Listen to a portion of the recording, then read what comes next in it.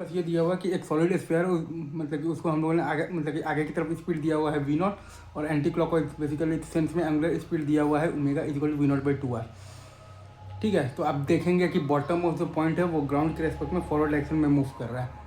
मतलब कि forward slipping है, तो काइनेटिक फ्रिक्शनल फोर्स आपका लगेगा बैकवर्ड डायरेक्शन में to make v equal to omega. Angular momentum conservation लगा देंगे पॉइंट पी के अबाउट, क्योंकि आपके पास काइनेटिक फ्रिक्शनल फोर्स जो है वो आपका बेसिकली पास कर रहा है पॉइंट पी से, मतलब कि काइनेटिक फ्रिक्शनल फोर्स का टॉर्क जीरो है पॉइंट पी के अबाउट, तो हम लोग लगा देंगे एंगुलर मोमेंटम कंजर्वेशन लगा देंगे पॉइंट पी के अबाउट। तो हमारे पास आ जाएगा basically M V naught R minus आ जाएगा 2/5 mr² into V naught by 2r is equal to,